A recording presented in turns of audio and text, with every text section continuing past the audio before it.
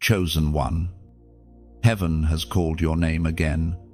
The noise of the world fades, and for the first time in a long while, you feel it, that quiet pull in your spirit. This isn't a random moment. This is divine interruption. The hand of God has paused your scroll to speak straight into the hollow places of your heart. You have been running on empty, giving while feeling unseen, hoping while quietly breaking. But the Lord says, tonight, I am coming to fill you again.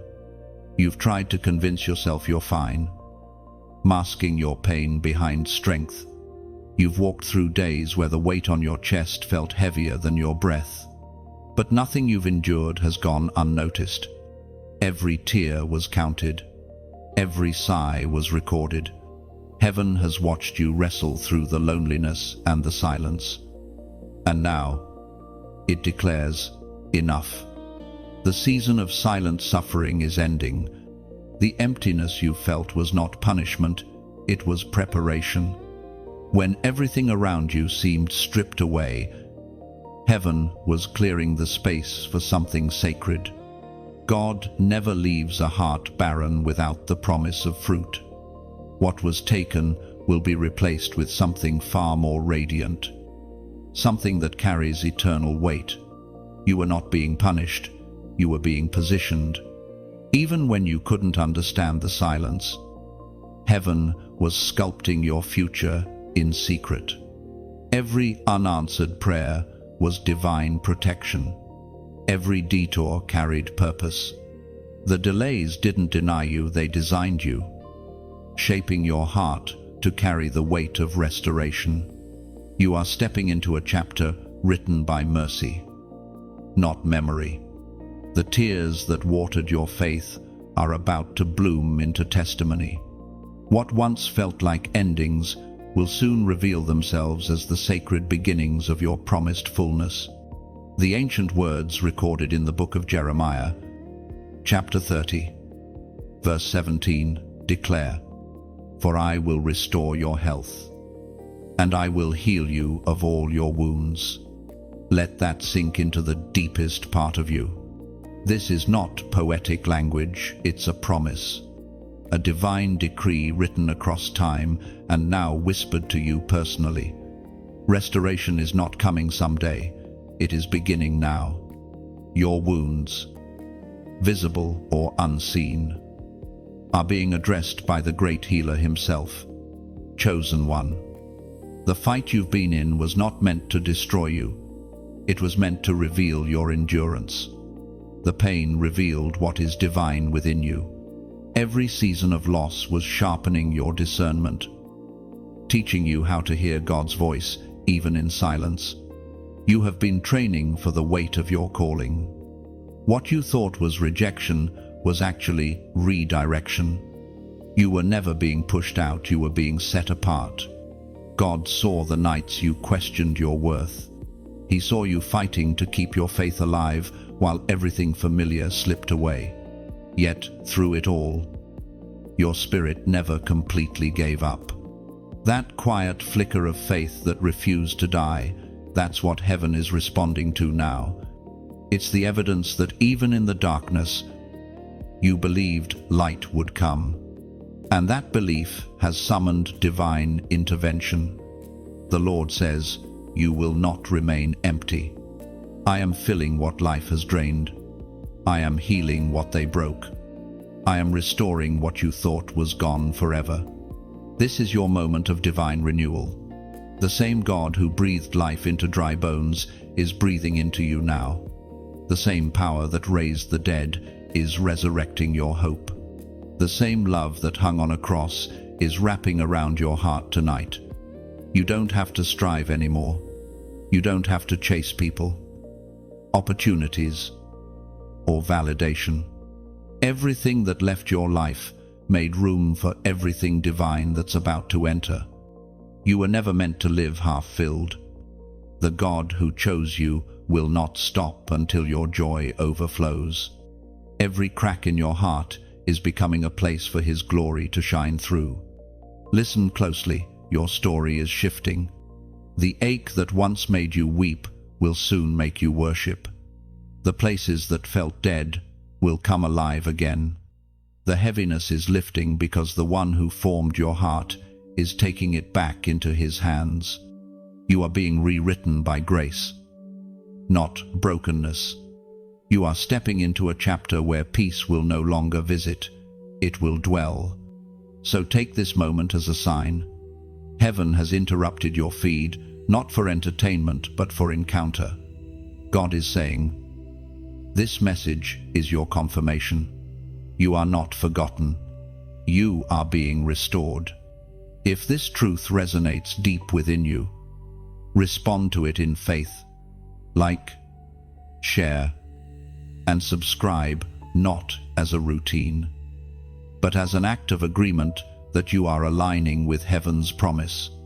Then type 77 inches the comments below as a prophetic symbol that you receive the restoration spoken over you. This is not just a video. It's a visitation. And for the first time in a long time, heaven says your heart will be full again. Chosen one. You have walked through a long and silent valley, a season of emptiness that tested every part of you. You tried to smile through the ache, to pray through the exhaustion. But deep down, your heart whispered a question you could never say aloud. Why does it hurt this much if I am chosen? You have known what it feels like to pour out everything for others and receive nothing in return. You have known the kind of loneliness that lingers even in a crowded room. You have laid awake at night, wondering if something inside you broke beyond repair. But hear this, truth: emptiness is not a curse. It is often the very space where God plants his promise. When heaven seems silent, it is not absence, it is arrangement. The silence of God is not a denial, it is divine preparation. There is a rhythm to his restoration, a timing to his tenderness. He empties before he fills, breaks before he rebuilds, quiets before he speaks. You have been walking through that holy in-between, the sacred middle where heaven writes in invisible ink. We are reminded through the writings of David in the book of Psalms, chapter 34, verse 18. The Lord is close to the brokenhearted and saves those crushed in spirit. Let those words rest upon you. You have not been walking alone. Every sigh, every tear, every unspoken plea, God has been beside you in all of it. His closeness does not always arrive with noise or thunder. Sometimes it arrives as breath, as warmth, as a whisper reminding you that you still belong to him. There are moments when your soul feels like an empty vessel, when you wonder if you have any purpose left. But even emptiness can be holy if it's held by the right hands. God is not intimidated by your weariness. He welcomes it. He is not disappointed in your weakness. He delights in filling it. The same God who gathered the fragments of broken bread is now gathering the fragments of your heart. Nothing has been wasted. Look back for a moment. Every disappointment carried a hidden seed of direction. The doors that closed were not meant to imprison you. They were meant to protect you from entering spaces too small for your destiny. You may have thought God was taking things away, but he was actually making room for something greater. The emptiness is proof that he is preparing to fill.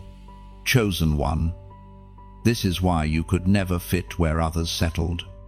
You carry an anointing that demands depth. You were never meant to live a shallow life or love halfway.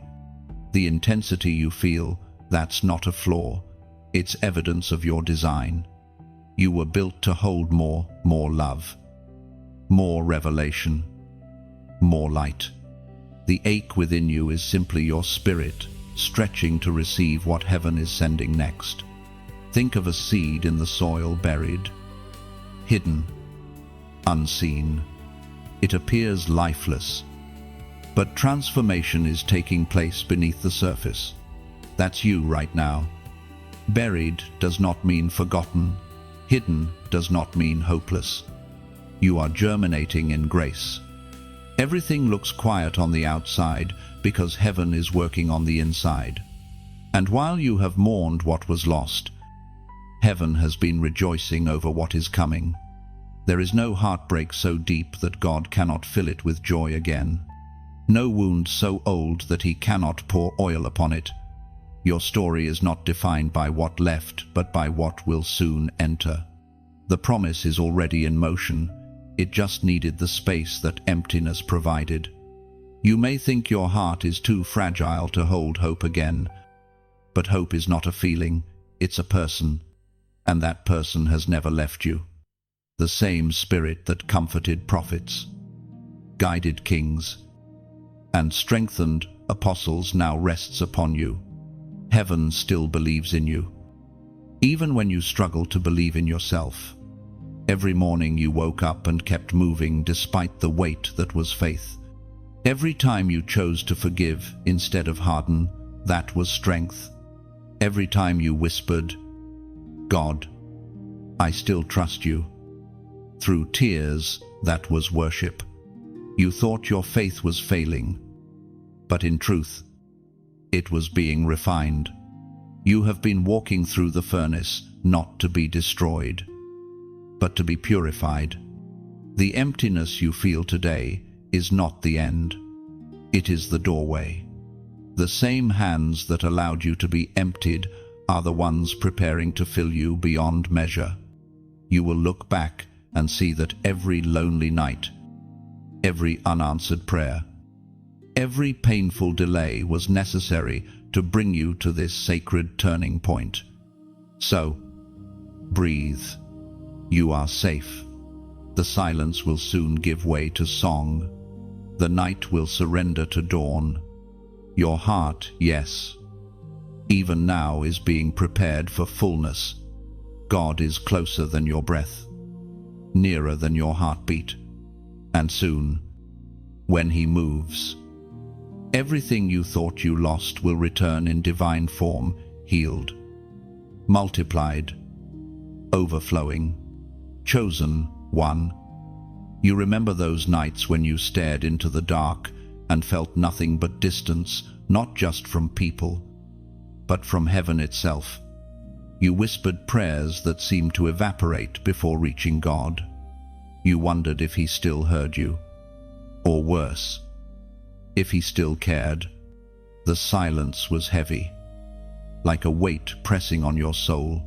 You felt forgotten, but the truth is this: when heaven seems hidden, it is never absent. The silence of God is not neglect, it is nurture.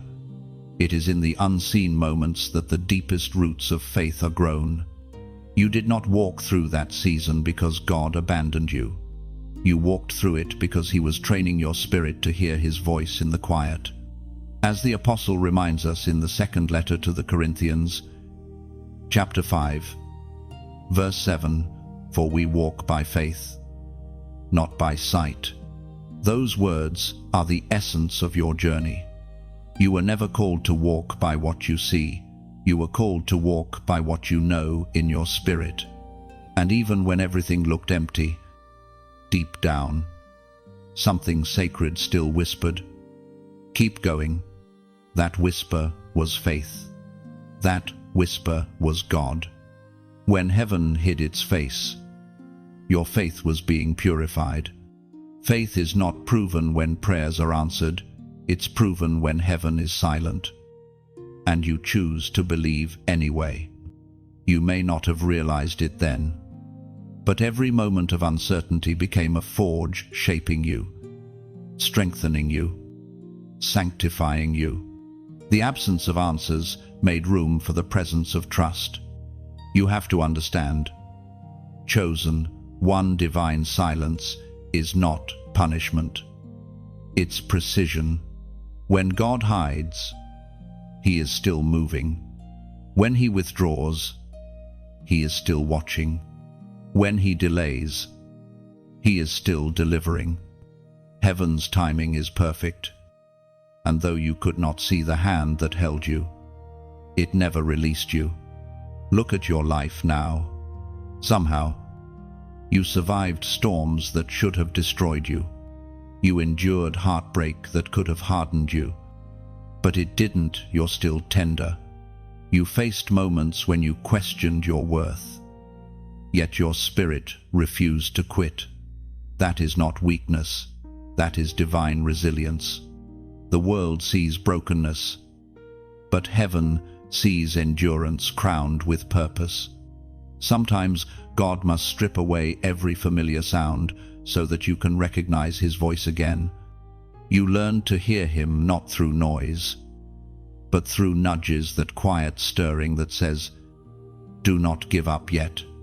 That is how heaven trains its warriors, in silence, in surrender, in stillness.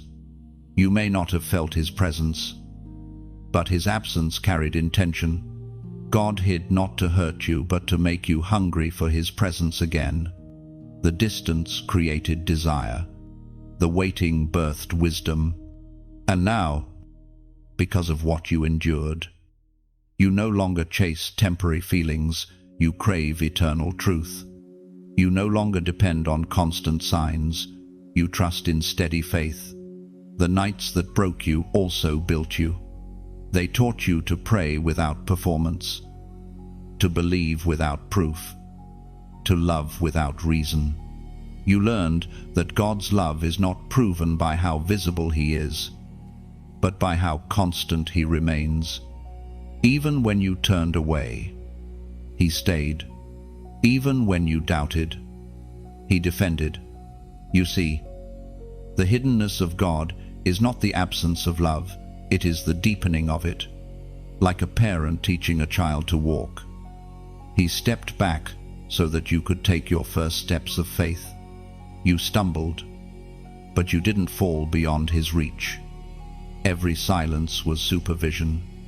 Every delay was direction. Every emptiness was education. And now, chosen one, the veil begins to lift. The fog that clouded your vision is clearing. You begin to realize that God was never far. He was simply teaching you how to see differently. What once looked like isolation now feels like intimacy. You no longer beg for his presence, you breathe it. You no longer ask for signs, you live as one. Do you see it now?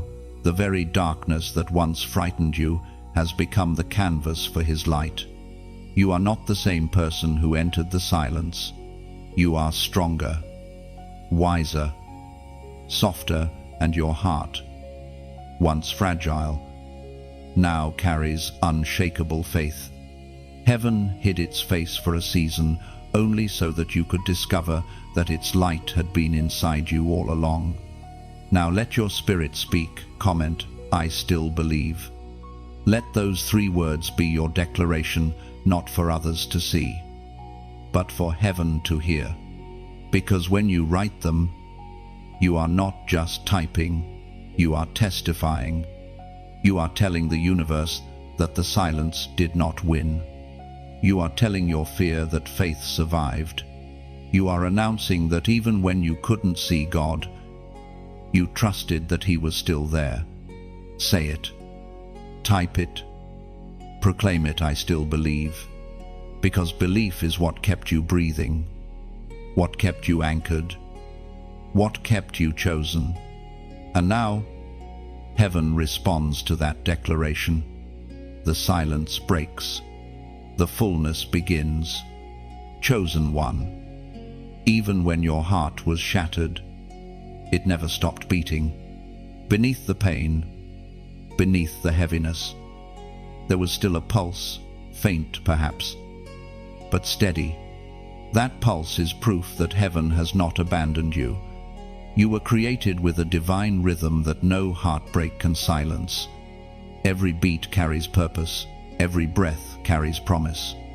You thought your heart was too broken to feel again, too wounded to trust again.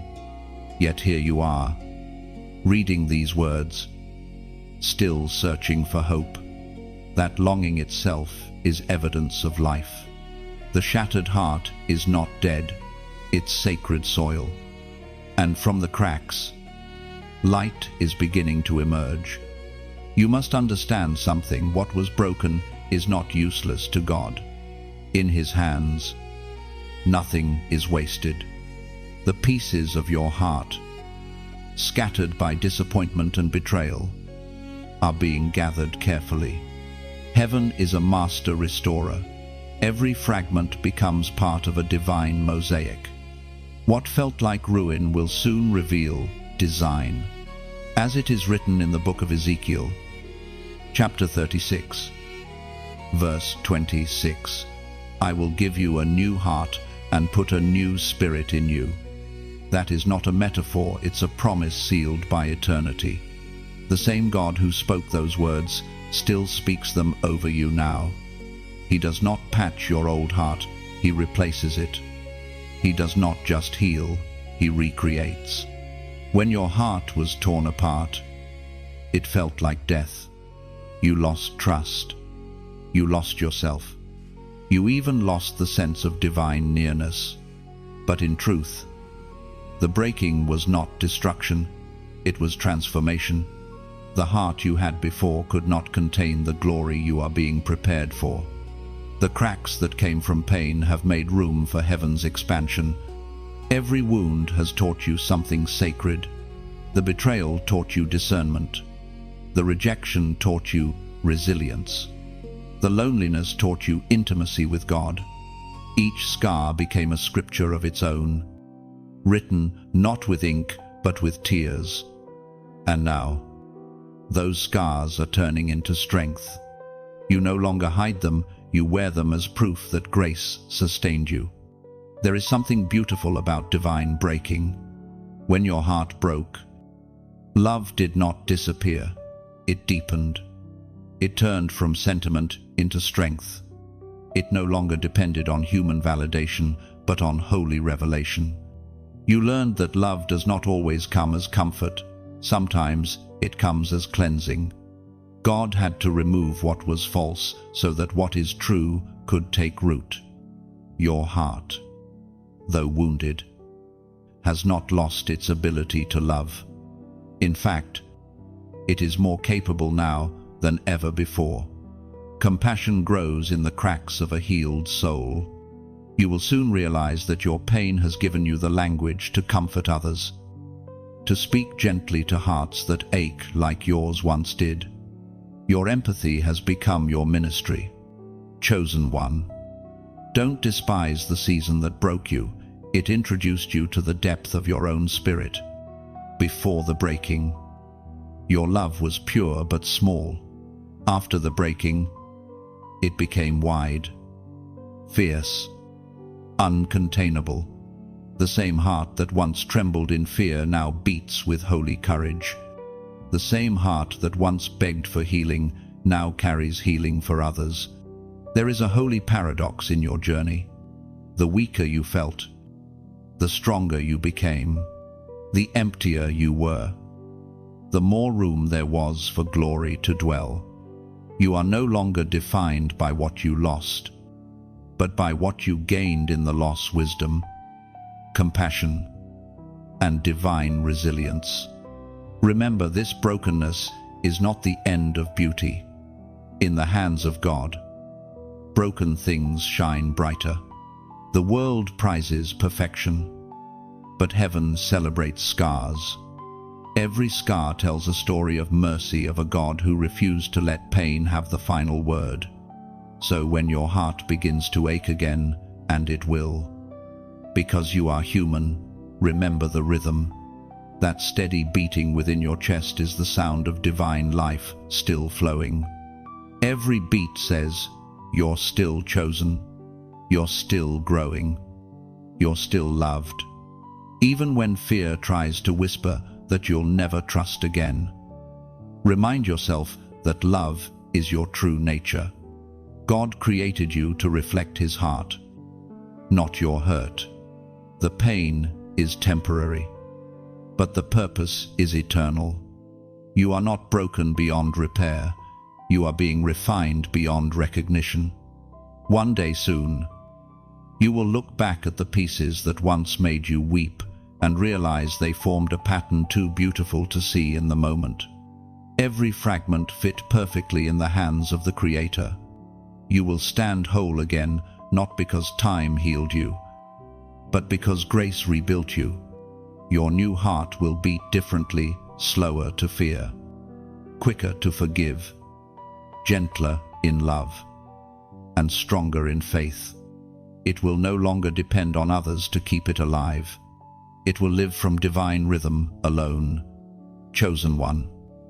The battle for your heart has been fierce. The world tried to convince you that your joy was gone forever, that you would never smile with the same light again. But listen closely, those were not heaven's words. That was the whisper of an enemy terrified of your awakening, because he knows what happens when a chosen one remembers who they are. He knows that once your heart rises again, darkness loses its claim. You have walked through shadows that tried to swallow you. Every time you stood back up, the enemy trembled.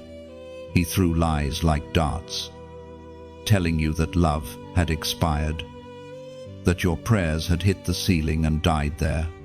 But heaven never signed that decree. You were never meant to live defeated. You were meant to live delivered. The truth is, you have always been a threat, not because of what you've done, but because of what you carry. You carry light. You carry authority. You carry divine DNA that no failure, no betrayal, no mistake can erase. When you walk into a room, the atmosphere shifts because heaven walks in with you. That's why the attack was so intense, because your breakthrough carries ripple effects far beyond you. As it is written in the book of Isaiah, chapter 54, verse 17, "No weapon formed against you shall prosper." These are not just words on ancient parchment. They are a living decree written in fire across eternity. It doesn't say that weapons won't form, it says they won't prosper. The storm may come, but it cannot drown you. The flame may rise, but it cannot consume you. You've been through battles that made you question if you'd ever feel safe again, but you're still here. And not just surviving, transforming. Every scar on your soul has become a symbol of divine resilience. You are proof that grace outlasts pain. You are walking evidence that light always outshines darkness. Think of a candle burning in a cave. The deeper the darkness, the brighter the flame appears. That's you. You may not see your glow, but others do. You may not realize it, but every act of kindness, every quiet prayer, every small step forward sends ripples of light through the unseen. You are not just existing, you are illuminating. And sometimes, chosen one, God allows the darkness to reveal just how bright you truly are. If life had stayed easy, you would never have discovered the fire that refuses to go out. The struggle did not steal your light, it strengthened it. But this light, this fire inside you, is meant to spread. It's not meant to be hidden under fear or exhaustion. The world needs what you carry. Someone else's breakthrough is waiting on your voice, your story, your courage. You are a vessel through which divine encouragement flows, a living testimony that says, you can make it too. So let your light ripple outward. Share what has lifted you. When you like, when you share, when you help this message reach another weary soul, you are not just interacting, you are interceding. You are sending light into digital valleys where someone else sits in silence, waiting for hope. And when you subscribe, you're not just following a voice, you're joining a movement, a sanctuary of chosen ones around the world, who refuse to let their hearts go dark. A place where divine words become living waters that refill the thirsty and revive the broken. Every click, every connection keeps that river flowing. If this message has touched something in you, if you felt that familiar warmth returning to your chest, consider becoming part of what sustains it. Your support, whether through sharing or even donating, is not charity. It's partnership. It's like adding oil to a lamp so that it can burn through the night. The more light we pour together, the farther the glow travels. Picture it. Your simple act of generosity becomes a spark that travels across oceans. Reaching a stranger, you'll never meet someone who is one whisper away from giving up. Your seed of kindness becomes their reminder that heaven still sees them. That's what your offering does. It keeps the flame alive. You have always carried this power to give life, to share light, to restore hope. And, in doing so, you strengthen your own flame. Because what you pour out in love never leaves you empty. It multiplies. When you share light, heaven multiplies it back into your heart. Chosen one, do not let the enemy convince you that your contribution is too small. A single spark can start a wildfire of healing. A single act of faith can open the floodgates of heaven. And you, yes, you have that spark within you right now. The world is aching for authentic light. Be that light. Let your compassion flow in action. Support what feeds your soul, and help it feed others. Together, we will keep building this place, this space where broken hearts remember their worth and weary souls find their song again. You are not just a listener. You are a lighthouse. And every gesture you make, every share, every word, every offering is a beam cutting through someone's darkness.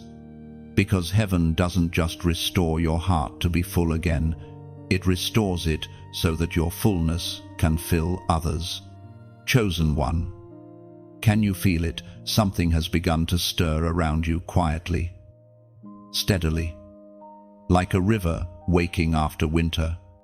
You may not see it yet, but the air around your life has shifted. Heaven is in motion again. What was still is now trembling with divine energy. The same spirit that hovered over the waters in the beginning now hovers over your story, preparing to bring forth new life. For so long, it felt like nothing was changing. You prayed, you waited, you endured, yet all you heard was silence. But what you could not see was that God was working beneath the surface, aligning details, arranging connections, planting seeds you didn't even know existed. Every unanswered prayer was being stored, waiting for this precise moment when heaven's timing would collide with your faith. And now, chosen one, that collision is near. It's easy to believe God moves in loud miracles, fire, thunder, parting seas. But often, his greatest works begin with whispers. The prophetic stirring rarely announces itself with noise. It arrives as peace. It shows up in subtle signs, in divine coincidences, in conversations that feel too purposeful to be random. It's heaven's quiet way of saying, I am not finished. As it was spoken in the book of Isaiah, chapter 61, verse 3, to bestow on them a crown of beauty instead of ashes, the oil of joy instead of mourning, and a garment of praise instead of a spirit of despair. These are not just poetic words, they are your present reality unfolding. What once looked like ashes, the remnants of what was lost, are becoming the soil for beauty to rise. What once felt like mourning will soon turn to movement. You may feel an unfamiliar stirring in your spirit lately, dreams resurfacing, desires reigniting, strength returning. That's the evidence. The very areas where you once felt numb are now being resurrected. The places that felt forgotten are being touched by divine hands. The Spirit is not asking you to strive, He's asking you to yield. Because what's about to happen will not come from your effort, it will come from His breath. Think of the seed buried deep in the ground. It doesn't fight to grow, it simply surrenders to the light that calls it upward. That's what this moment is for you. You are being called upward. You are being summoned to rise again. The waiting season is turning into the blooming season. The ashes are becoming beauty, not by accident, but by divine design. And here is the mystery: heaven never wastes anything. Even your pain, even your confusion, even your delay, all of it is now being redeemed into purpose. Every scar will soon serve as proof of what God can do with surrender. The wounds that once bled will soon pour wisdom. The tears that once drowned, you will soon water new growth. The stirring may feel uncomfortable at first. Change always does. You've lived with emptiness for so long that fullness feels unfamiliar. But that's how you know it's God, because His movements always stretch what you thought you could hold. The Spirit is enlarging your heart, preparing it for a joy that doesn't fade. This prophetic stirring isn't about a small blessing, it's about complete transformation. Heaven isn't just fixing what broke, it's creating something entirely new. The old version of you could not carry the new level of grace that's coming. That's why certain things had to fall away. That's why certain people had to exit. The pruning was preparation.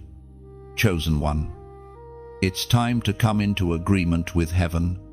What you speak in this moment matters.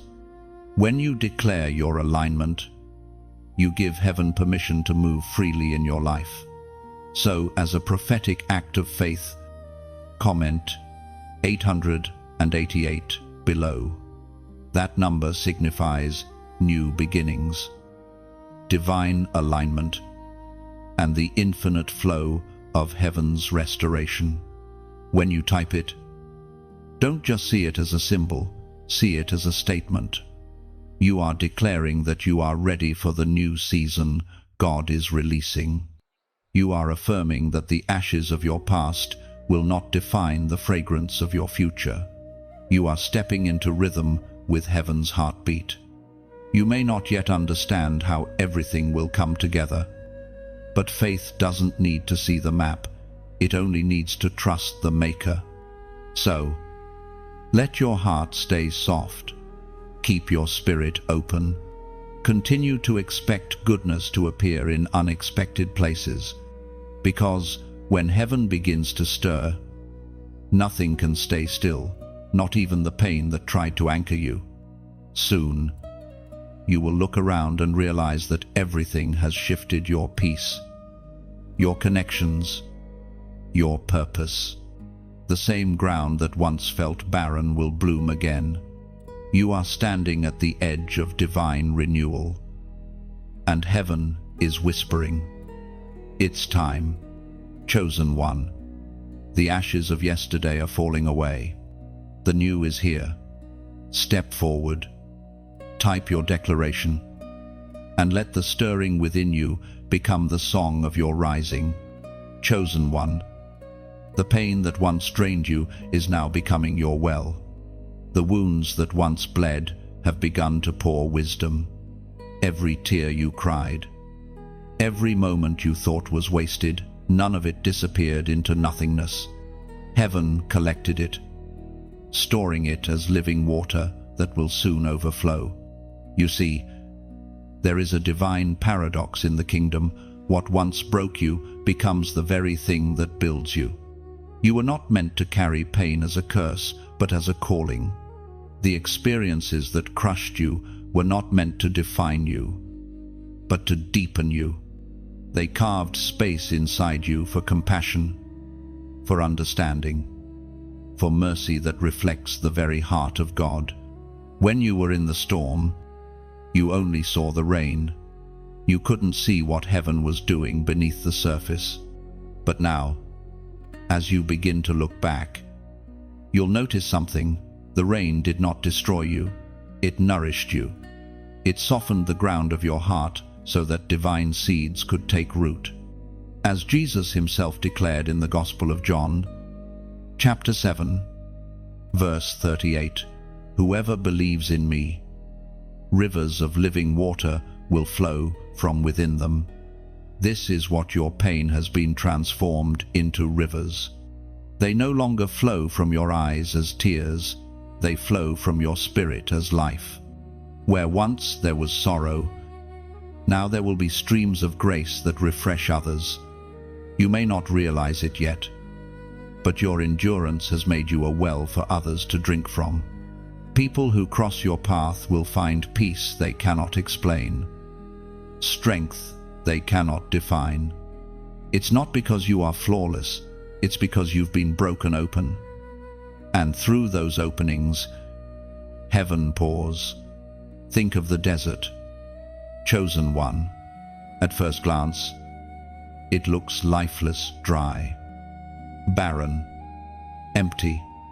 But hidden beneath the sand are reservoirs waiting to burst forth when the time is right.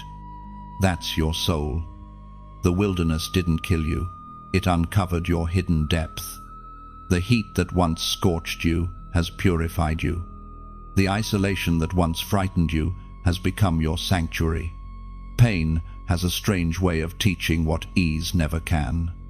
It dismantles illusions, shatters pride, and reveals the core of what truly matters. You've learned to listen differently now, not just to words, but to silence. You've learned to see differently, not just the surface of things, but their spirit. This is what wisdom looks like, gentle eyes that see both suffering and beauty in the same moment. And out of that wisdom, love flows differently. You no longer love with fear of loss. You love with gratitude for connection. You no longer seek to fix others. You simply carry peace that helps them heal. You've become a vessel through which heaven releases restoration quietly, steadily, like rain that nourishes everything it touches. Chosen one, never underestimate the ministry of your presence. When someone broken sits near you and feels lighter, that's not coincidence, that's calling. When you speak and hope flickers back into someone's eyes, that's divine overflow. You are no longer just surviving life, you are watering it. There was a time when you thought your story was over. You imagined the pain would define the rest of your days. But that was before you realized that God doesn't end stories in ashes, He ends them in rivers. He takes what the enemy used to drown you and turns it into what sustains you. Your well will never run dry because it isn't filled by circumstance, it's filled by spirit. And the spirit never runs out. The more you pour into others, the more heaven refills you. That's the law of divine exchange. The more you give of what was once your pain, the more it becomes your power. Every word of encouragement you speak, every act of kindness you offer, every silent prayer you whisper over a stranger, all of it releases the water that once came from tears. You are living proof that nothing is wasted. You are the embodiment of divine recycling. What was broken is now beautiful.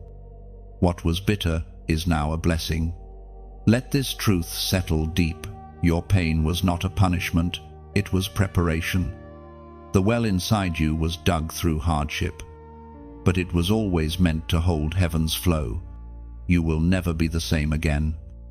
And that's the point. The one who entered the fire has emerged as gold. And soon, when others come to you thirsty, unsure, hurting as you once were, you won't need to preach. Your life will be the sermon. Your eyes will say, "I've been there. I know what it feels like." But there is still hope. And through you, they will taste living water. Chosen one. Have you ever wondered why the story had to twist the way it did? Why the path that began with promise led through heartbreak and uncertainty?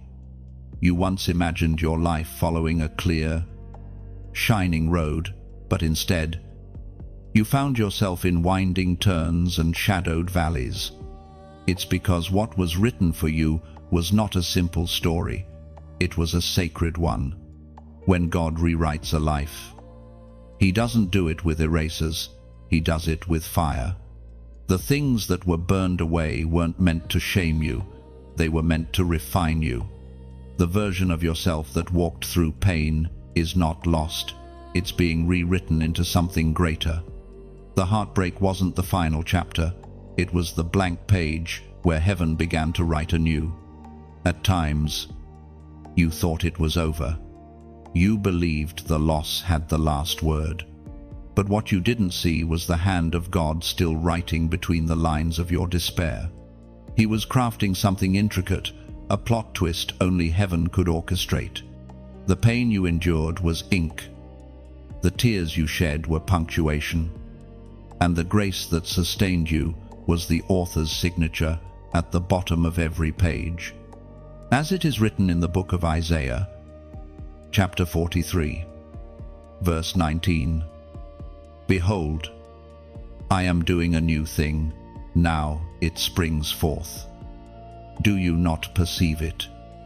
These words are not ancient echoes, they are alive right now, breathing over your story. What once looked like the end was only the beginning of something divine. You are living in the new thing God promised. The truth is, God never wastes a rewrite. Every time something left your life, a person, a plan, a season, heaven was editing. Every disappointment was a red line across the paragraph that no longer served your destiny. The author of time and eternity was refining your narrative to align with His perfect design. Think of a potter shaping clay. The form must often be crushed before it becomes beautiful. That crushing isn't cruelty, it's creation. Likewise, your heart wasn't broken to end you, it was softened so you could be molded. You are being shaped into a vessel that can carry glory without cracking. The story that once seemed like chaos now carries hidden symmetry. You couldn't see it while standing in the storm. But from heaven's perspective, every detour had purpose. Every no was guiding you toward a better yes. Every closed door kept you from entering spaces that would have limited your spirit. You were never being denied, you were being directed. Chosen one, there's a quiet beauty in divine rewrites. God doesn't erase your pain, He redeems it. He takes the chapters soaked in tears and turns them into testimonies that set others free. The parts of your life you wish to forget often become the paragraphs that inspire someone else to keep going. The scars become sacred ink that speaks of survival. You may not recognize yourself anymore, and that's good. You were never meant to remain the same. Growth requires transformation, and transformation requires surrender. You had to release the version of yourself built by survival to make room for the version designed by grace. The person you are becoming carries wisdom your old self could not have handled. The rewrite is not random. There's a divine pattern beneath it all, a rhythm only faith can hear. The same God who turned Joseph's betrayal into promotion, who turned Ruth's loss into legacy, who turned Paul's prison into prophecy, that same God is turning your pain into purpose. Nothing is wasted in His script. There will come a day when you will look back and realize that what once hurt you became your holy training. The betrayals built your discernment. The silence taught you stillness. The heartbreak prepared your heart for deeper love. Every sentence of your story has been necessary to bring you here, standing in the middle of your rewrite, ready to be read aloud by heaven. And though it may not yet make sense, trust this, the pen has not left his hand. The author is still writing. The ink has not dried. And the next chapter is radiant. You are moving from mourning to meaning, from confusion to clarity, from loss to legacy. Do not despise the editing. Do not fear the pause. Every delay in your story is divine punctuation, a moment to breathe before the next revelation unfolds. What feels like waiting is actually preparation for the unveiling of your next miracle. Chosen one, your story is being rewritten in gold. You may not have chosen the pain, but you will rejoice in what it produced. You may not have understood the silence, but you will sing because of what it birthed. You are living proof that God does not end stories in ashes, He ends them in glory. The chapter is changing, the ink is fresh, and heaven is smiling. Because you are finally beginning to see what it has seen all along, that your story was never over. It was only being rewritten by grace. Chosen one, there comes a moment in every divine journey when the soul reaches its sacred exchange, when what was once carried in sorrow is finally handed over for joy. You have reached that moment. The long nights, the endless questioning, the invisible weight on your heart, they were never meant to last forever. They were the price of transformation. And heaven has declared that the transaction is now complete. You have wept until your tears ran dry. You have fought to keep faith alive when everything in you wanted to surrender. But what you did not know was that heaven was watching, counting every tear, storing every whisper of prayer. Not one drop of your pain has been wasted. Every ache has been turned into oil, oil that will soon flow as anointing. There is a deep mystery in the way God works. He never takes without returning. When He allows something to be stripped away, it is only to make space for something greater. The grief you carried was never random, it was divine exchange in motion. You gave Him your ashes, and He began preparing your crown. You offered Him your mourning, and He began crafting your melody. As it is written in the book of Psalms, chapter 30, verse 5, weeping may endure for a night, but joy comes in the morning. These words are not poetic comfort, they are prophecy fulfilled. The morning is not coming someday, it has already begun to rise. The shadows you've lived under are lifting, light is returning, and with it comes joy that no darkness can silence. Your tears were seeds. Chosen one, every one that fell watered the soil of your destiny. You thought they only brought pain, but they were birthing promise. Heaven uses the language of tears because sometimes joy cannot be spoken, it must be grown. And now, what you sowed in sorrow is about to bloom in joy. Can you feel the shift? The heaviness you once woke up with begins to lift. The burden you carried without understanding begins to lighten. You are entering the dawn. The clouds are thinning, and warmth is returning to your spirit. For the first time in a long while, you can breathe without fear, dream without doubt, and hope without hesitation. The sacred exchange has already begun. God is taking the very thing that hurt you and turning it into the very thing that heals you. The person who broke you prepared your heart to love without condition.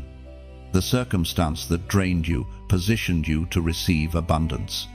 Even the silence that frustrated you trained your ears to hear the subtle voice of heaven. Nothing was wasted. Everything was holy. Do not think of your pain as something to regret. Think of it as the doorway you walked through to find divine strength. You could never have discovered this kind of peace without first knowing chaos. You could never have understood joy so deeply if you had not walked through sorrow. The contrast made you grateful. The storm taught you worship. The loss made you attentive to grace. And now, the oil of gladness is being poured out, not as a drop, but as a flood. You will laugh again. Not the hollow laugh of pretending, but the full-bodied joy that comes from healing. You will smile without effort. You will stand taller, freer, stronger. You will no longer talk about what broke you. You will talk about what built you. Chosen one. This exchange is not just emotional, it is spiritual. Heaven has traded your despair for destiny, your confusion for clarity, your weakness for wisdom. What was taken will return, multiplied and purified. The morning of joy has come, and your heart will never be the same. Now it's your turn to speak into the shift. Comment, "I choose joy." Just 3 words, but they carry the sound of transformation.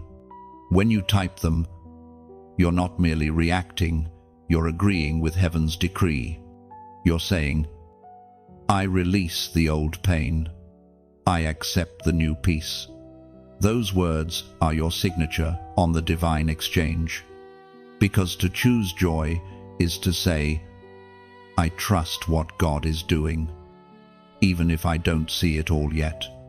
It's to declare that sorrow will no longer be your identity. It's to acknowledge that your morning has arrived, that the darkness has no claim on your heart. Say it softly. Say it boldly. Say it as many times as you need to until it feels real. I choose joy. Let it echo through your thoughts and flow into your tomorrow. Let it remind you that joy is not the absence of pain, it's the presence of God. Chosen one, your night has served its purpose. The exchange is complete. Step into your morning radiant, redeemed, and ready. The dawn belongs to you, chosen one. Can you sense it? Something inside you has begun to bloom again.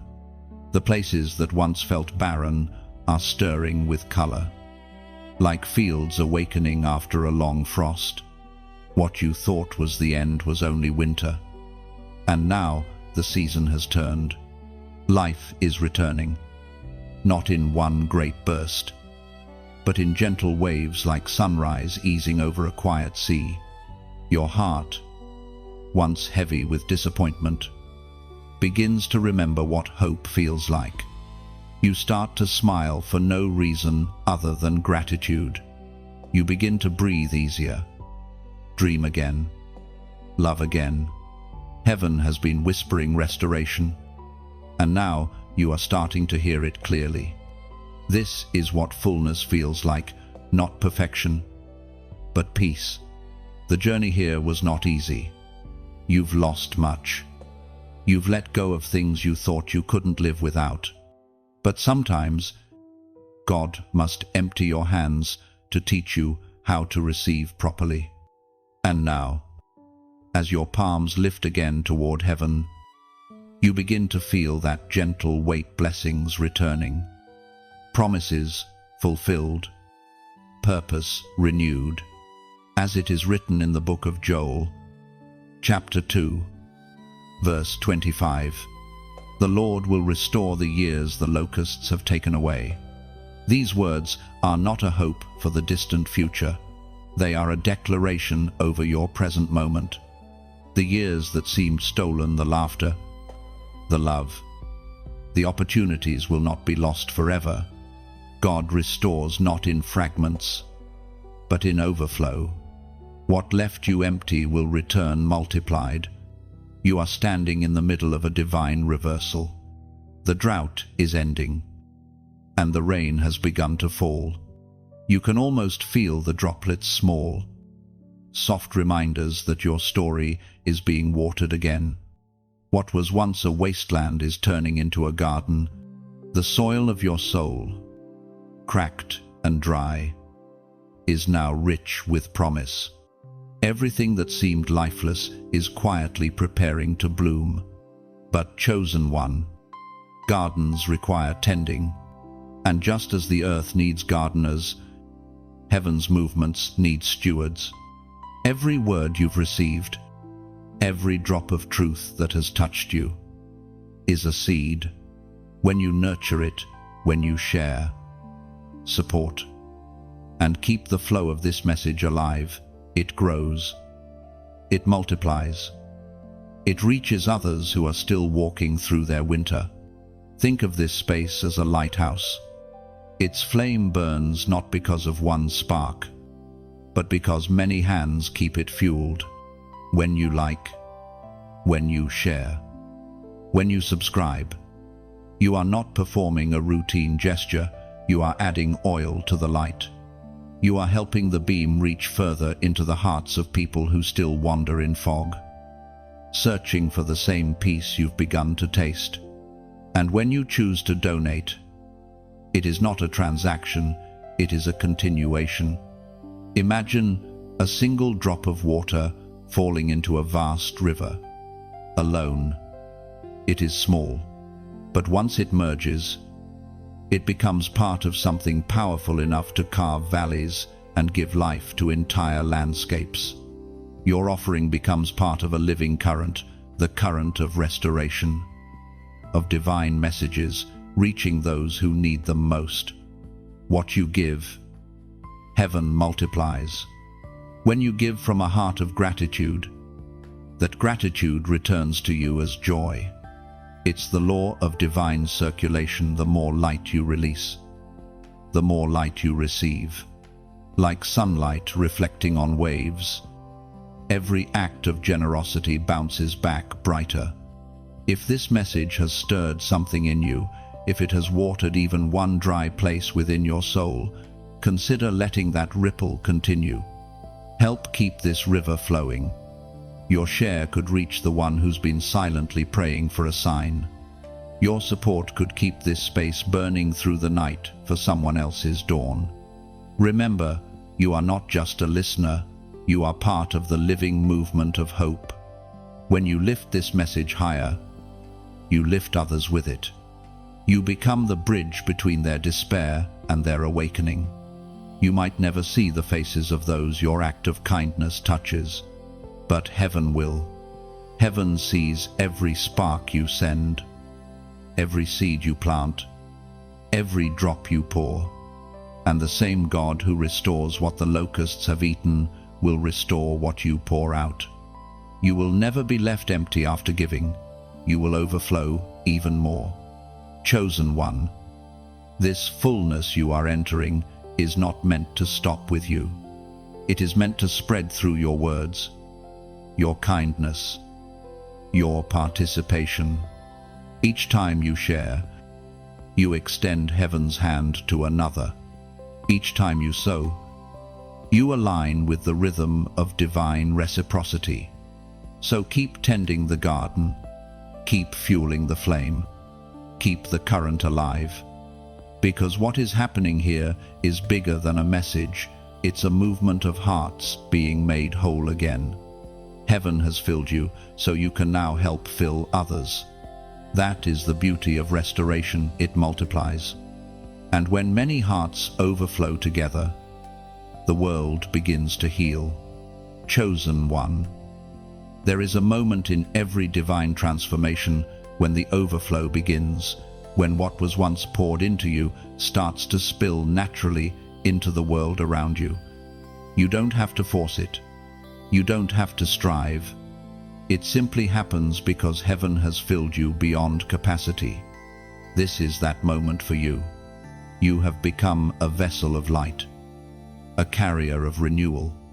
The same pain that once silenced you has now given birth to your voice. The same darkness that once smothered you has now become the backdrop against which your glow shines brighter. You are no longer running from what happened. you are radiating through it. The overflow has begun. At first, it may feel strange, the ease, the calm, the peace that replaces the chaos. You might even feel unworthy of it. But this, too, is part of the transformation. You are learning to receive joy without suspicion, love without fear, peace without guilt. You are learning to live not from emptiness, but from abundance. The ancient words recorded in the book of Psalms, chapter 23, verse 5, declare my cup overflows. This is not exaggeration, it's experience. The psalmist knew what it meant to walk through shadow and still find a table waiting. That same table is set before you now. Every space that once echoed with loss is now being filled with divine provision. You have reached the part of your journey where the blessings no longer trickle, they flow. This overflow is not just for you, it is through you. The grace that fills your heart cannot be contained. It spills into your words, your actions, your presence. You are becoming a walking atmosphere of peace. People may not know why they feel lighter when they're near you, but heaven knows it's because the overflow within you has found its way outward. You have become like a river after the storm. The rain that once threatened to drown you now rushes through you as power. You carry momentum, not misery. You carry movement, not memory. You are no longer standing still in the pain. You are flowing freely in purpose. The secret of divine overflow is this: you no longer live to be filled, you live to pour. The heart that once begged for healing now becomes the source of healing for others. The mouth that once cried out in pain now speaks words of restoration. The very scars you once hid are now the evidence of your calling. Chosen one. This is the holy paradox of grace. What was once your burden becomes your blessing. The same hands that once trembled in despair now hold light steady for others to follow. You are proof that redemption is not a concept, it's a living reality. The evidence of divine faithfulness walks in your footsteps. Think about it, rivers never drink their own water, and trees never eat their own fruit. The beauty of creation lies in its giving. In the same way, what God pours into you was never meant to stay contained. You are a vessel designed for circulation. The love that fills you flows outward, and in doing so, it invites heaven to keep refilling you. This is how the flow continues freely, endlessly, beautifully. You have not just been restored, you have been redefined. You are no longer the one begging for breakthrough, you are the one becoming breakthrough. Your life itself is a testimony. Every step you take sends ripples of divine energy into the atmosphere. Every smile becomes a sermon without words. Every act of kindness becomes a doorway for grace to enter another life. This is what it means to live in overflow, to walk knowing you lack nothing. You may not have everything you once wanted, but you carry everything you will ever need. Peace has replaced pressure. Faith has replaced fear. Gratitude has replaced grasping. You move differently, now slower, steadier, sacred. The journey that once broke you has become your blessing. What was meant to destroy you has become the foundation of your anointing. You no longer question why it happened. You thank God that it did. Because without the breaking, there would be no pouring. Without the wilderness, there would be no river. Chosen one, your cup runs over, not because you demanded it, but because you were faithful in the drought. You chose to trust even when the sky stayed silent. And now, heaven rewards that faith, not with fleeting emotion, but with unending flow. The overflow is your inheritance. You don't have to strive to keep it, just stay open. Keep your heart pure, your hands gentle, your spirit attentive. The more freely you allow love to flow through you, the more heaven will keep sending it. That's how divine mathematics works. The more you pour, the more you are filled. Look around you, notice how life feels lighter, how your mind no longer drifts to fear so easily, how peace seems to arrive without explanation. That's the overflow in motion. You are walking in it now, not as someone who once suffered, but as someone who now carries sacred strength. Your heart, once fractured, has become a fountain, and from that fountain, grace will continue to pour quietly, endlessly, beautifully. Chosen one, can you feel the laughter of heaven beginning to echo inside your heart again? That quiet joy that used to live in you as a whisper has started to grow louder. For a long time, you didn't remember what joy felt like. It had become a stranger, something you saw in others but could not find in yourself. But now, the veil is lifting. Joy is finding its way home.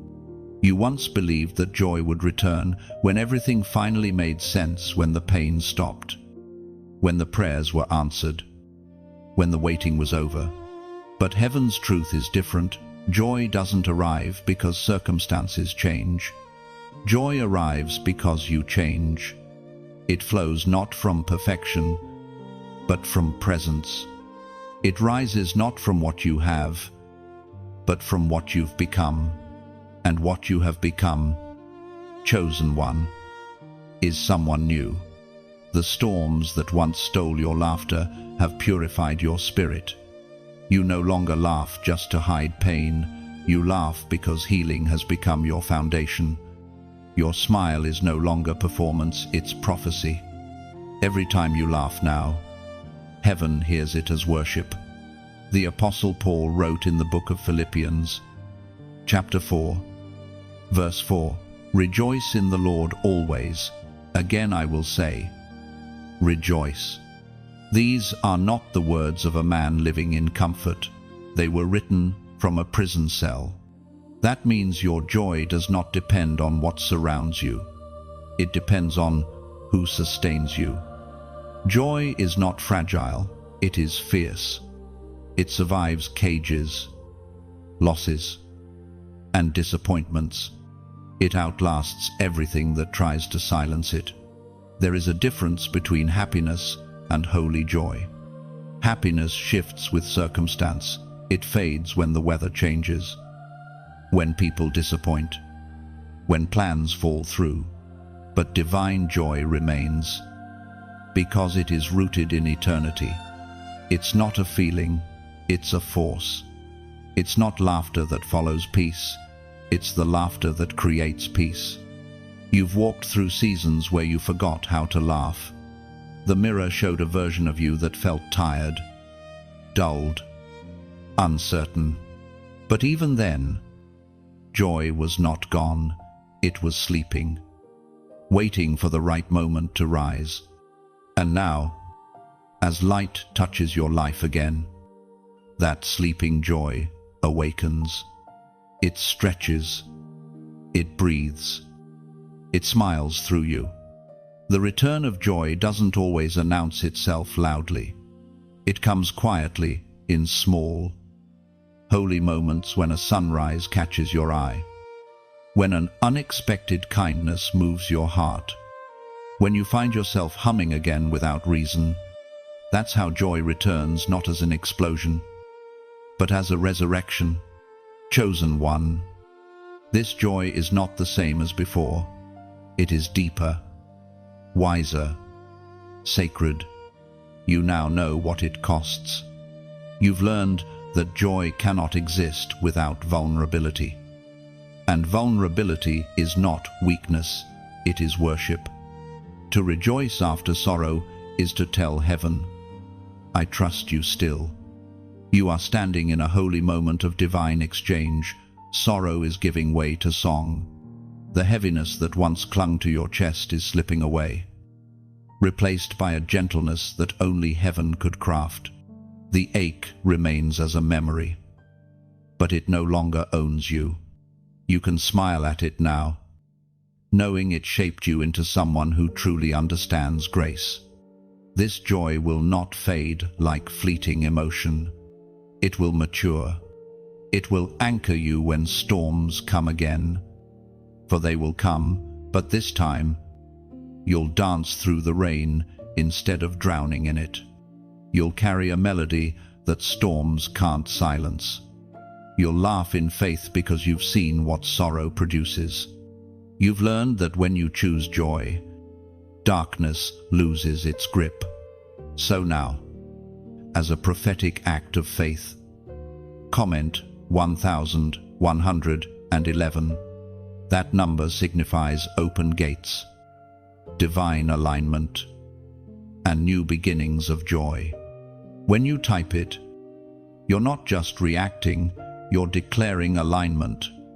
You're saying, my heart is open, my joy is returning, and I am ready for heaven's flow. It's more than digits, it's devotion. It's your way of saying, I receive the joy that was always mine. When you write it, heaven takes notice, because every act of faith echoes beyond what eyes can see. It tells creation that you are stepping into rhythm with divine laughter again. It tells your spirit that joy is no longer a visitor, it's a resident. Remember this. Chosen one joy is not the opposite of sorrow, it's what redeems it. The pain of yesterday becomes the melody of today. The silence of waiting becomes the song of gratitude. Your life, once marked by endurance, now sings with delight. And soon, others will feel it too. They'll sense something radiant about you, not loud or forced, but genuine. Your peace will speak louder than your words. Your joy will ripple through rooms and hearts, awakening faith in those who forgot how to believe. So laugh again, not because everything is perfect, but because heaven is present.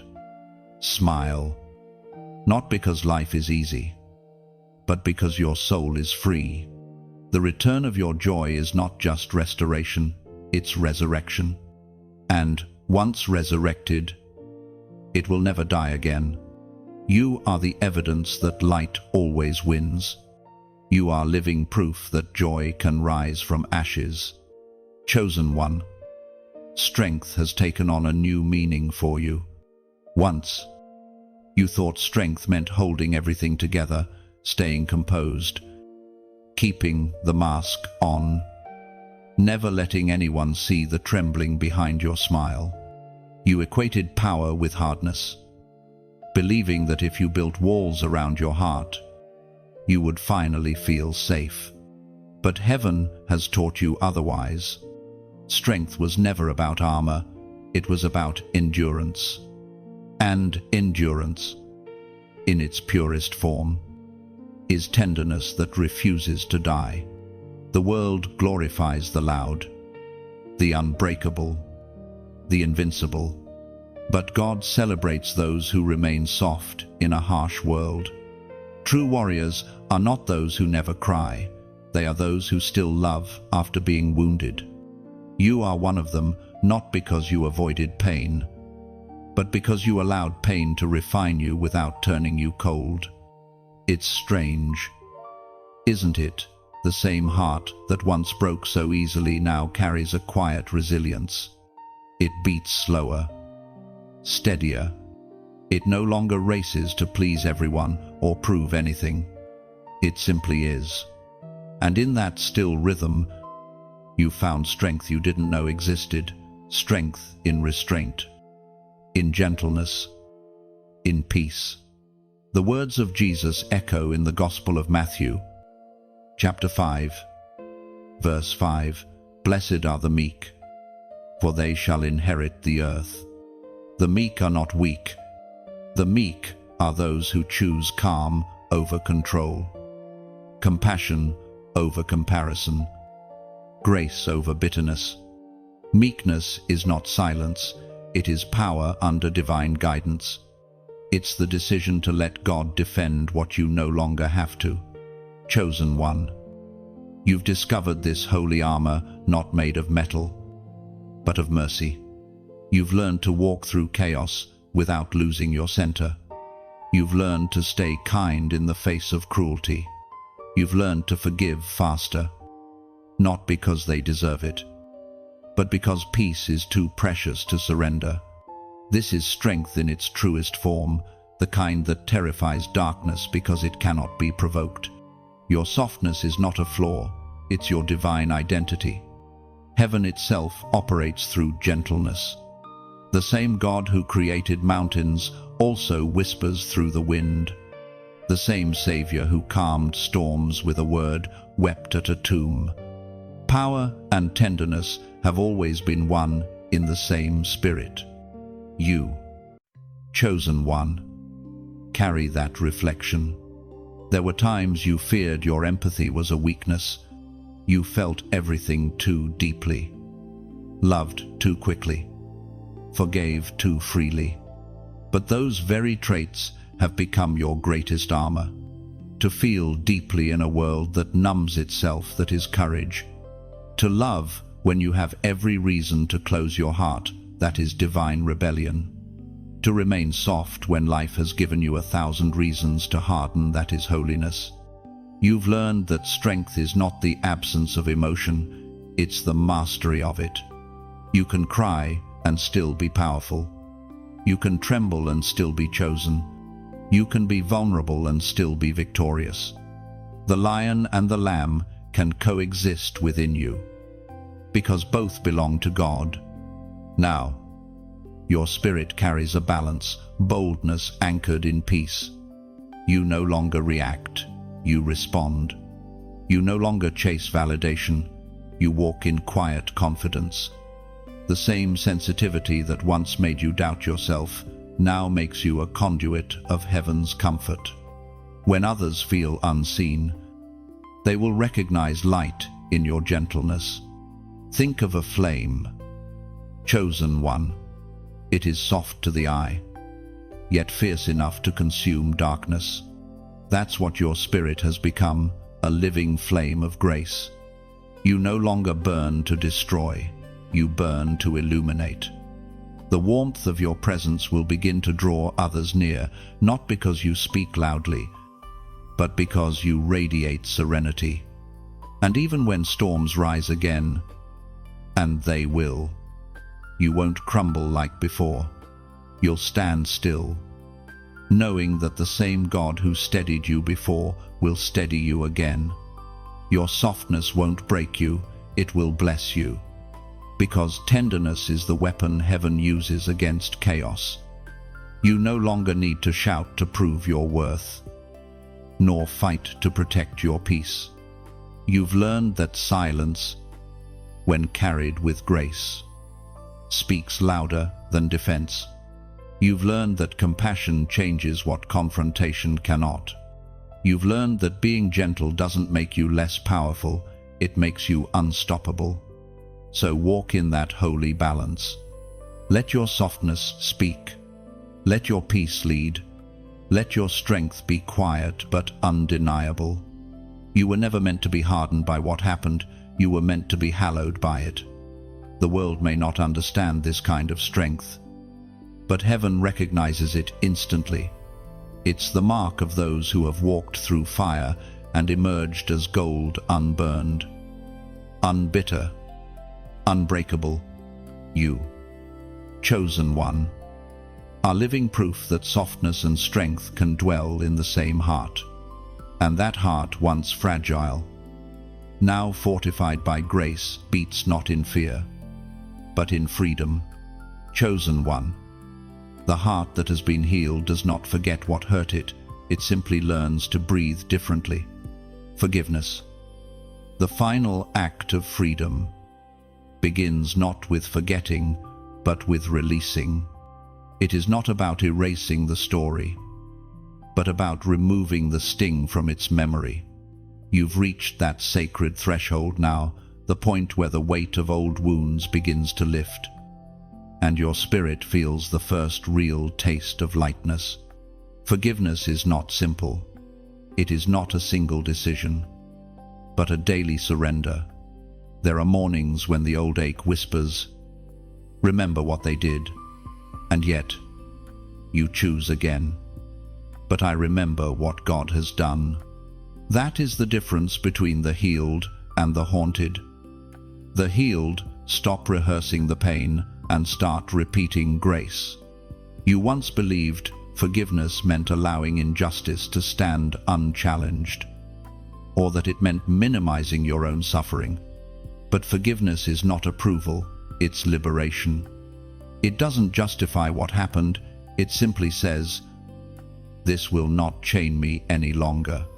You are no longer a prisoner of what broke you. You are the keeper of your own peace. The words of Jesus still echo with tenderness and power in the book of Luke, chapter 6, verse 37, "Forgive, and you will be forgiven." Those words are not transactional, they are transformative. When you release others, you release yourself. When you set someone free from your resentment, you untie the knots in your own soul. Forgiveness is the breath of the healed heart. It is what keeps you soft in a world that would rather see you bitter. Every time you choose to let go, heaven expands within you. The very act of forgiving creates more room for light. It's as if each pardon wipes dust off a stained glass window, letting more color, more beauty, more clarity in. You've carried anger like armor for so long. It protected you, yes, but it also kept you from touch, from trust, from tenderness. That armor became heavy, too heavy for the light you were meant to carry. Now, God is asking you to lay it down, not because you were wrong to wear it, but because you've outgrown the need for it. The war you fought is over. Forgiveness does not always begin with feeling, it begins with obedience. The heart follows where the spirit leads. You may not feel ready to forgive, but readiness is not required, willingness is. A single whisper of willingness is enough for heaven to start the work. And as you allow that work, you will feel the difference. The bitterness that once burned in your chest will soften into compassion. The resentment that once drained your energy will melt into understanding. You will remember, but you will no longer relive. That is healing. Sometimes, forgiveness is not for others, it's for yourself. You've judged yourself harshly for mistakes made in survival. You've replayed what you could have said, what you should have done, over and over again. But heaven has no interest in condemning what it has already covered. You have been forgiven by God. Now you must agree with Him by forgiving yourself.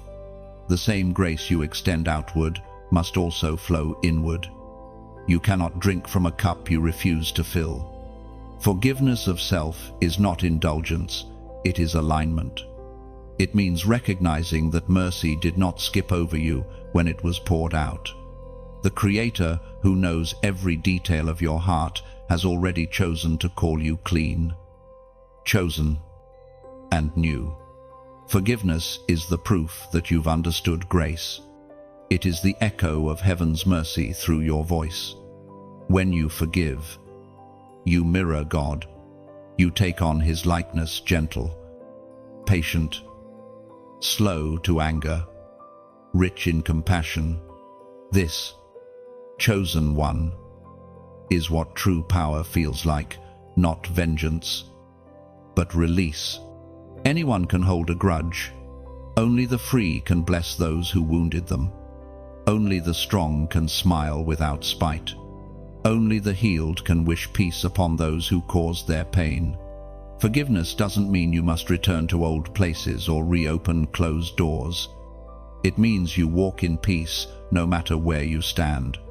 It's not reconciliation with everyone, it's reconciliation with yourself. It's saying, I no longer need closure from others, because I have found it in God.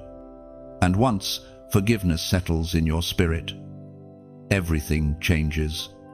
Your breath deepens, your body feels lighter, even your surroundings begin to respond differently.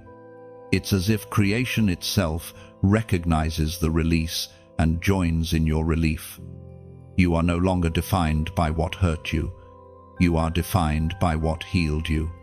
This is the freedom Jesus meant when he said, "Truth sets us free." Truth isn't just knowledge, it's release. It's the understanding that holding on to pain does not protect you, it imprisons you. And you, chosen one, were never meant to live in cages made of memory. So now, with a lighter heart and open hands, you walk forward, not forgetting the past, but blessing it for the wisdom it gave you. You bless the pain because it taught you compassion. You bless the betrayal because it birthed discernment. You bless the silence because it brought you closer to the voice of God. That is forgiveness in its highest form, not just letting go, but transforming the past into peace. And you, beloved, have learned to do exactly that. Chosen one, look at you now, standing tall where you once crawled, glowing where you once hid, speaking with a voice that once trembled in silence. This is the mark of the healed heart. It no longer beats in fragments. It beats in rhythm with heaven. The pain that once defined you has become the polish that reveals your crown. You have crossed from surviving into reigning. There is a quiet majesty about those who have endured fire without turning to ash. You have walked through flames, and yet what clings to you now is not the scent of smoke, but the fragrance of oil, oil pressed from the weight you carried. This is your coronation. Chosen one, you are wearing the unseen crown of those who persevered when others gave up. The words written in the book of James, chapter 1, verse 12 declare, "Blessed is the one who stands the test. They will receive the crown of life." That verse now lives in you. You've stood the test not perfectly, but faithfully. You didn't escape the storm, you endured it. And in doing so, you proved that faith can outlast fear. You may not have noticed the transformation happening along the way. It came quietly, like dawn slipping through your window. Every time you forgave, every time you chose peace over pride, every time you prayed through tears, heaven was adding another jewel to your crown. You were being shaped into a royal vessel, not for display, but for divine purpose. Think of a crown, not as metal and gemstones, but as the story of your endurance woven into gold. Every challenge became a thread. Every heartbreak became a sparkle. Every act of faith became a gleam. And now, your very life radiates with the light of that hidden royalty. But crowns are not meant to be hoarded, they are meant to reflect light outward. The authority you carry now is not for dominance, but for deliverance. When you speak hope, others will feel courage rise in them. When you stand in peace, others will remember what stillness feels like.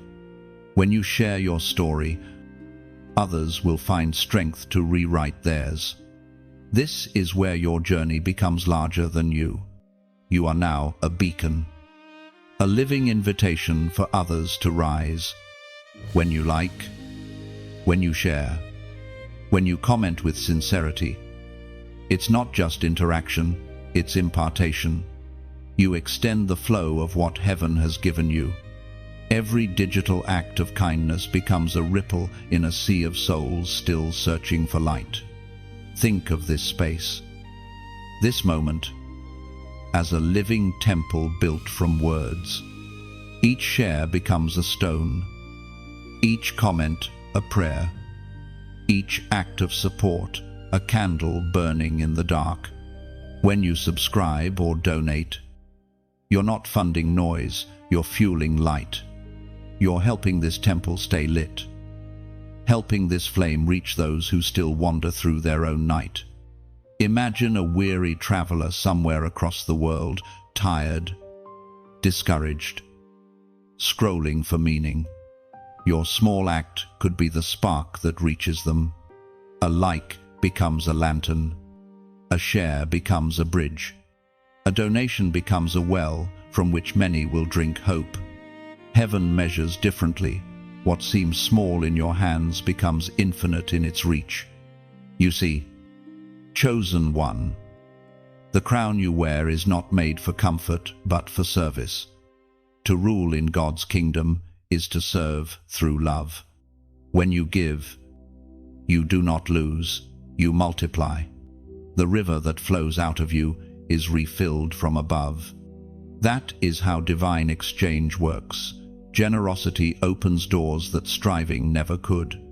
And in this digital age, even your engagement can be sacred. It's a form of worship, a way of saying, I believe this light matters, and I will help it shine.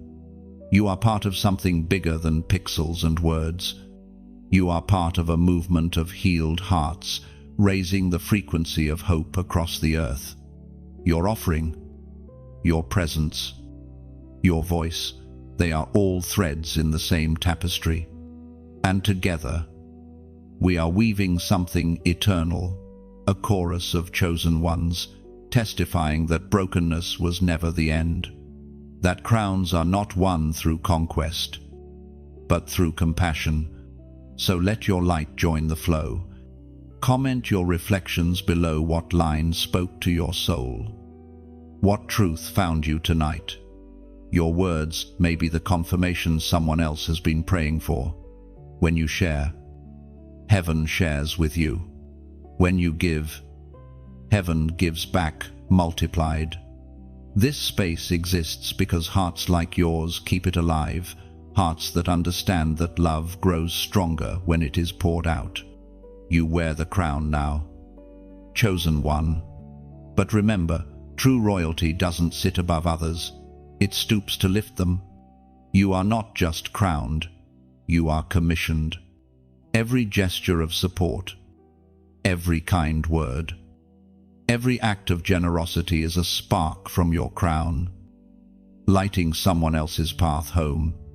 And as you do, heaven smiles, because this is what the crown of life was always meant to do, to shine, to serve, and to remind the world that perseverance always leads to glory. Chosen one, your light has begun to spill far beyond yourself. Where once you were struggling just to breathe, you are now breathing life into others. You do not even realize the change fully yet, but heaven does. Every time you speak, peace travels through the air. Every time you walk into a space, the atmosphere shifts. What you carry cannot be measured in words, it can only be felt. The radiance you hold now is not the flash of ambition or the glow of pride. It is the steady fire of someone who has seen darkness and chosen not to let it win. It is the light that does not need attention to prove itself, the kind that simply burns and blesses. You are becoming what you were always meant to be, a vessel through which divine light flows effortlessly. This is not something you can manufacture, it's something you are. When heaven fills a heart, it does not stay contained. Light always looks for a way out. You are living proof of that. Every scar that once made you hide has become a window for glory. Every broken piece of your story has turned into glass through which the world can glimpse God's gentleness. As it was spoken in the book of Proverbs, chapter 4, verse 18, "The path of the righteous is like morning light, shining brighter each day." That, chosen one, is your truth. You are no longer hidden in twilight. Your life is dawning. The path before you, once clouded with confusion, now glows with divine direction. You walk not by chance, but by clarity. You are the sunrise after a long night. Do not be afraid of how visible your life is becoming. Visibility is not vanity, it's responsibility. You carry light not for applause, but for awakening. The radiance within you is not your own, it's borrowed brilliance. Divine fire entrusted to your care. You shine so others can see the path they forgot existed. But remember, light does not fight darkness, it simply exists. And darkness retreats. That is your call now, not to argue, not to prove, not to convince, just to be. Be kind when it's easier to be cold. Be still when chaos tries to pull you back in. Be compassionate in moments that invite bitterness. You will find that being light is not about doing more, it's about becoming less fearful, less defensive, less self-reliant, more surrendered. Light does not strain to shine, it shines because it burns from within. Your task is simply to keep the flame fed. Protect your peace the way a lighthouse guards its beam through storms. Feed your soul with truth, with stillness, with gratitude. Stay rooted in grace, because the world needs your light. But your light needs its source. There will still be moments of shadow, days when the glow seems faint, when weariness whispers that you're not enough. But remember, even stars appear smaller when clouds pass by. They never stop shining. The same applies to you. Your glow may feel dim, but heaven sees it blazing. Every act of goodness, no matter how small, sends ripples across eternity. The beauty of divine light is that it multiplies in reflection. When you show kindness, you mirror heaven. When you forgive quickly, you amplify grace. When you speak life into despair, you become a mirror of divine mercy. You are not just a receiver of light, you are now its reflection, its continuation.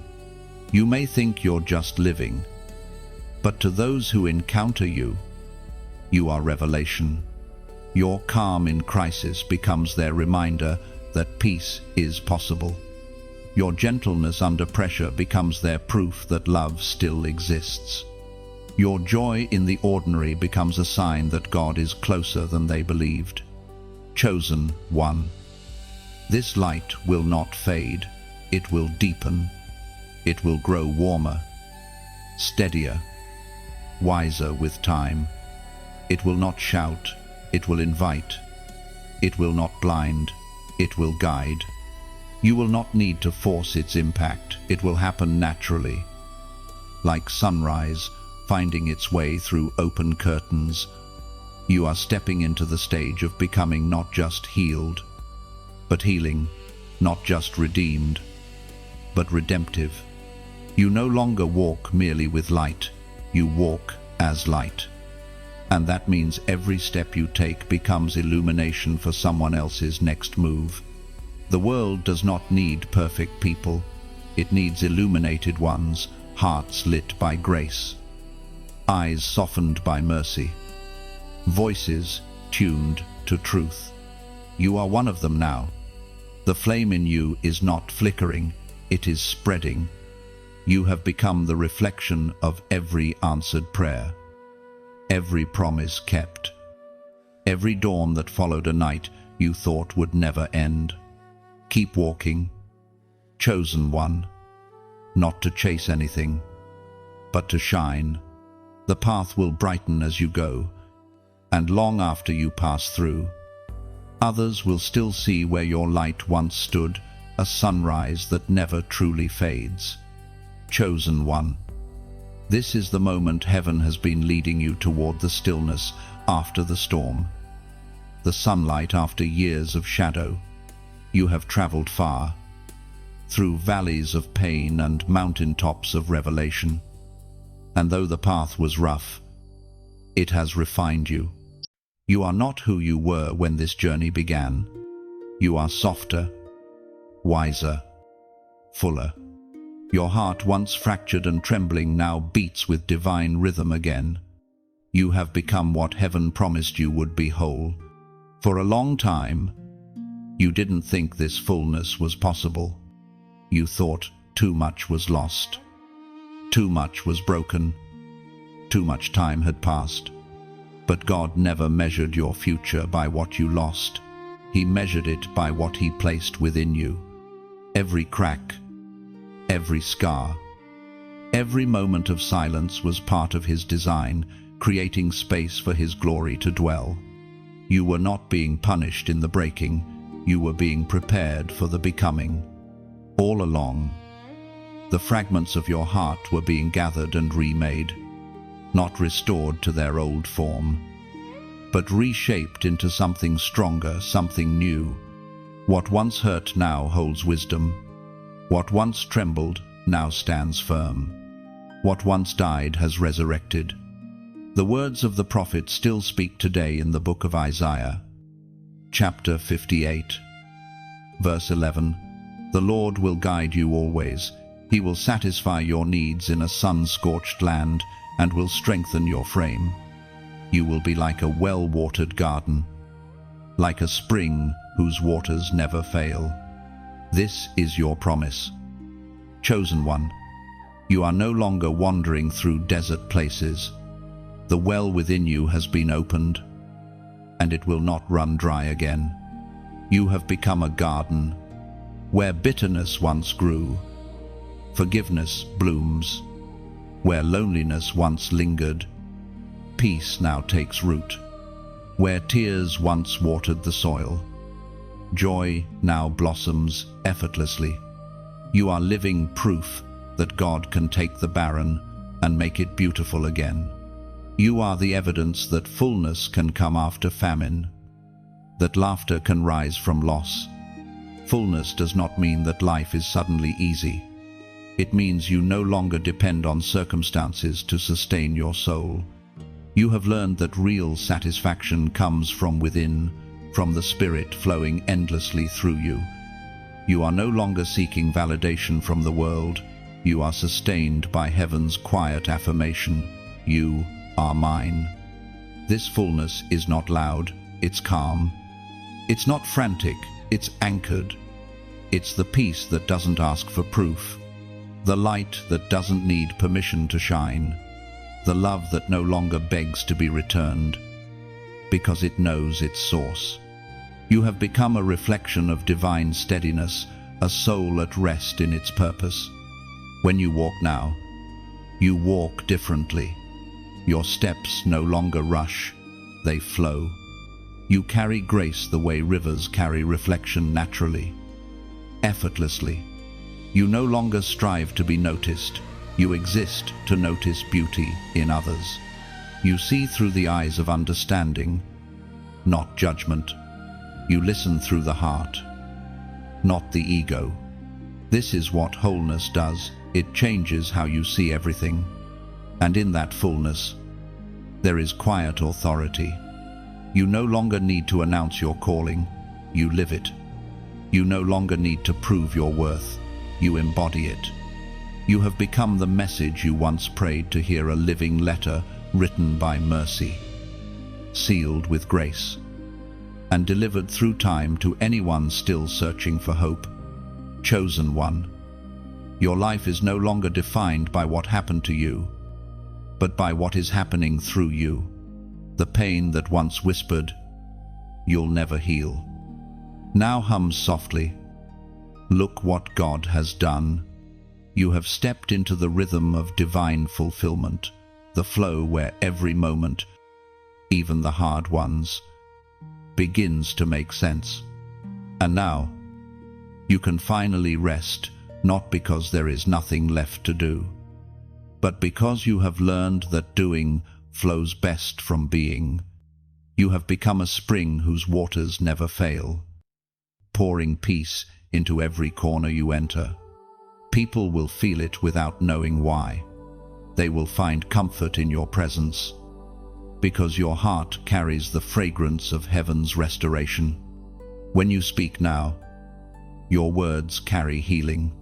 When you move, your steps carry purpose. When you love, it carries eternity. You no longer need to force outcomes or chase promises. The promise is alive within you. The fullness you once begged for has taken residence in your soul.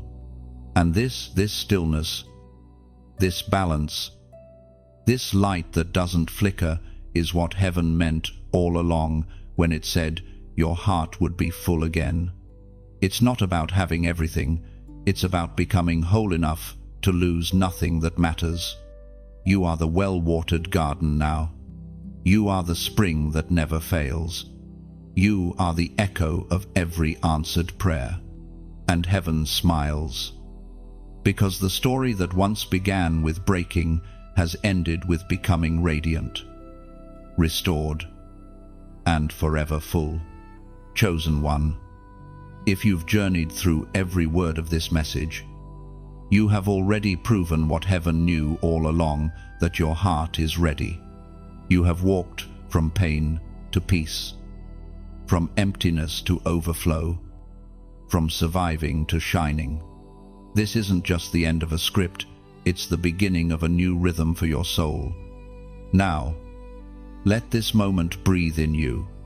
Feel what it means to be full, not because life is flawless, but because faith has settled inside you. You carry the quiet glow of one who has seen darkness yet chosen light. That choice is sacred, and it deserves to continue spreading. If these words have touched you, if they have met you in a quiet corner of your journey, don't let the flame stop here. Like this message to seal your agreement with heaven's truth. Share it so another wandering soul can find the same reminder that restoration is still possible, that hearts can be made whole again. And leave your reflection in the comments below.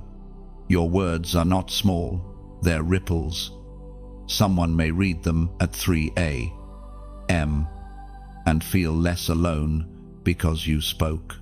When you write, you extend light one sentence at a time. Subscribe. Stay close.